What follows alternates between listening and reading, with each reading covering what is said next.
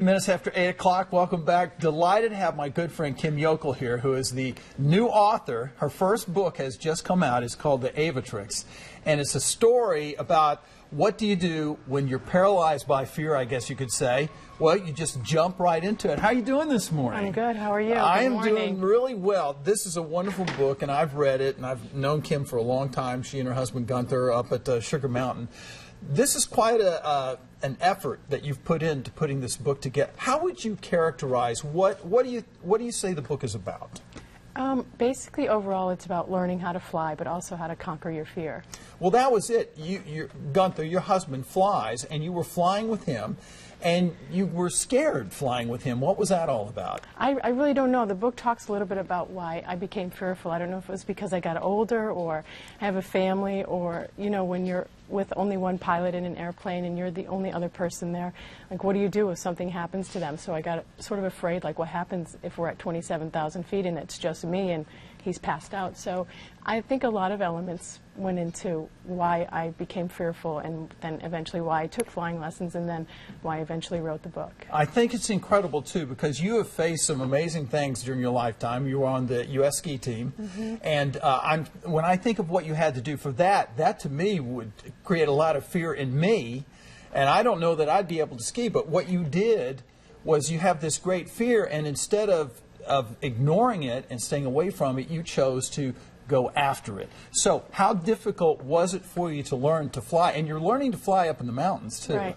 Well, it wasn't difficult to make the decision. I just made the decision and completely went for it. But the actual learning to fly and getting in the airplane, studying, but actually flying and soloing were incredibly scary. I was shaking. My heartbeat was beating faster than I could manage it. So it was a very emotional and traumatic experience. But I learned to, each session I would figure out some way to manage and get to the next lesson that, in 2 days. So it was hard. It was very hard, but I loved it. In a way, it became addicting because it was challenging. And I was like, okay, I accomplished this last lesson. I'm still alive.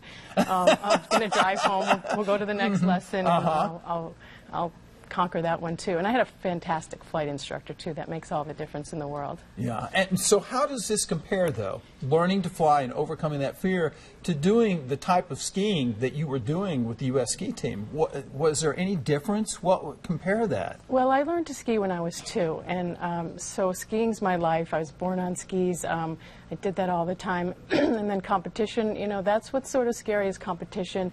That's more of a mental thing. But skiing and competing was really nothing in terms of fear like learning to fly. But when you're at the top of a race course, and it's a pretty hefty competition, you get butterflies and things, and that's sometimes when I overcame my fear a little bit with flying.